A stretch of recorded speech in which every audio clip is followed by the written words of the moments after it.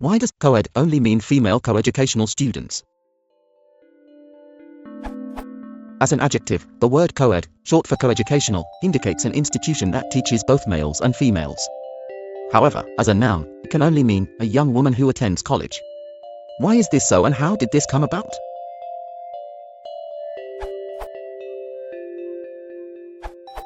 The process is called metonymy, calling the members of a set something associated with that set. A student of a type of educational system is called by the name of the system. But this doesn't explain why only females are called by this term.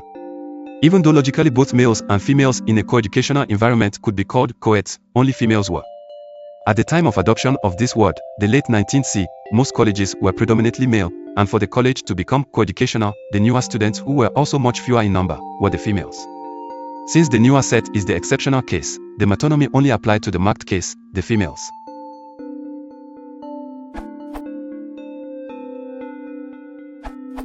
Cornell University, one of the first universities to embrace coeducation, became a co-ed institution in 1870. In a 2005 book by Margaret A. Lowe titled Looking Good, College Women and Body Image, 1875 to 1930, the author explains using first-hand accounts by the pioneering coeds of the time. But once intertwined with feminist politics, whether embraced or disavowed on campus, coeducation further threatened Cornell's decision to admit women. The feminist link painted female students with the derogatory brush of unladylike desire. Considered strident intruders, they took the heat for destabilizing gender categories. It was they who crossed into male space, and therefore put their moral authority in doubt. Female students would be called coeds. The term student referred solely to men.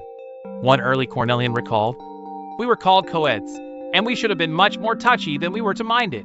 In a humorous column for the Cornell era, another student recalled that on her first day in Ithaca, a boarding house keeper of British birth asked me if I were a coed, but the attitude of our British friend was not so far remote from that of our student brother.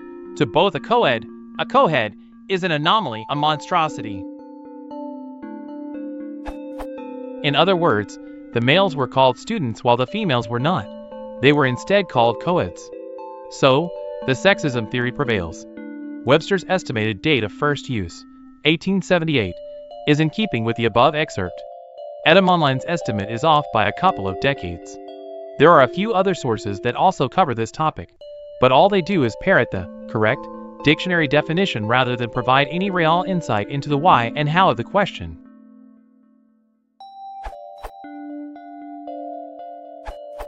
The formal explanation.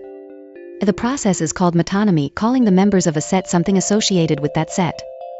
A student of a type of educational system is called by the name of the system. Makes a lot of sense. As in athletes, jocks, drive-in waitresses, car hops, contract workers, temps, prisoners, cons, us soldiers, GIs, adolescents, teens, etc. It is of no significance that the use of the word coed to identify a woman was at times defamatory, hip, sexy, or neutral. What is stated here is a verifiable answer for how female students came to be called coeds. In this context, men were educated and women were coeducated, that is, they were educated alongside men, not really in their own right.